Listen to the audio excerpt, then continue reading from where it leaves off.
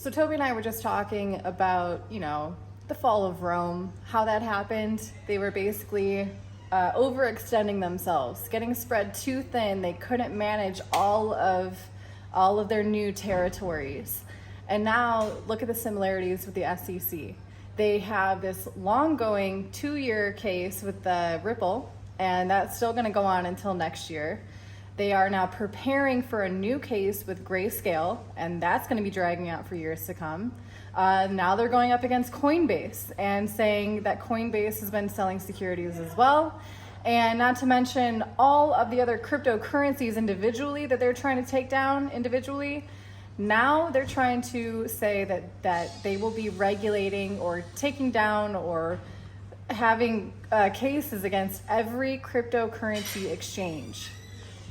How big is the SEC? They were just begging for a budget increase, like a huge budget increase for this year, has not been approved yet. That is not to mention getting Wall Street is footing that bill, over $2 billion if it gets passed. And they just hired, I think that they now have 50 employees for their cryptocurrency sector.